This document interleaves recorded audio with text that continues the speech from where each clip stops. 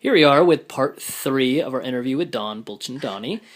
Pardon the technical glitches here we're learning, and we are excited to grow in that. And we were just continuing with Dawn's explanation of her time in Iraq, and particularly her time with the Sheikh.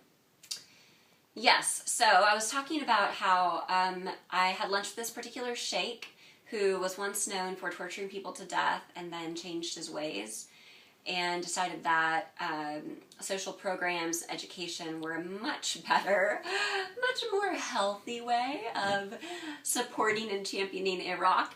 So I mention him because that's a great example of how there are people who are change makers throughout the Middle East, throughout Muslim places, and they need advocacy because, like this particular man, I mentioned that he had an assassination attempt on his life, like less than 6 months before I met him, and that's commonplace for people who decide to leave this rubric of control by force and fear and terror. So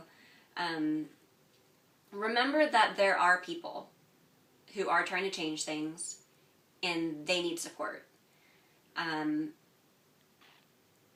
Yeah, so that's important. That's a key thing that I took from my adventures in Iraq and Baghdad.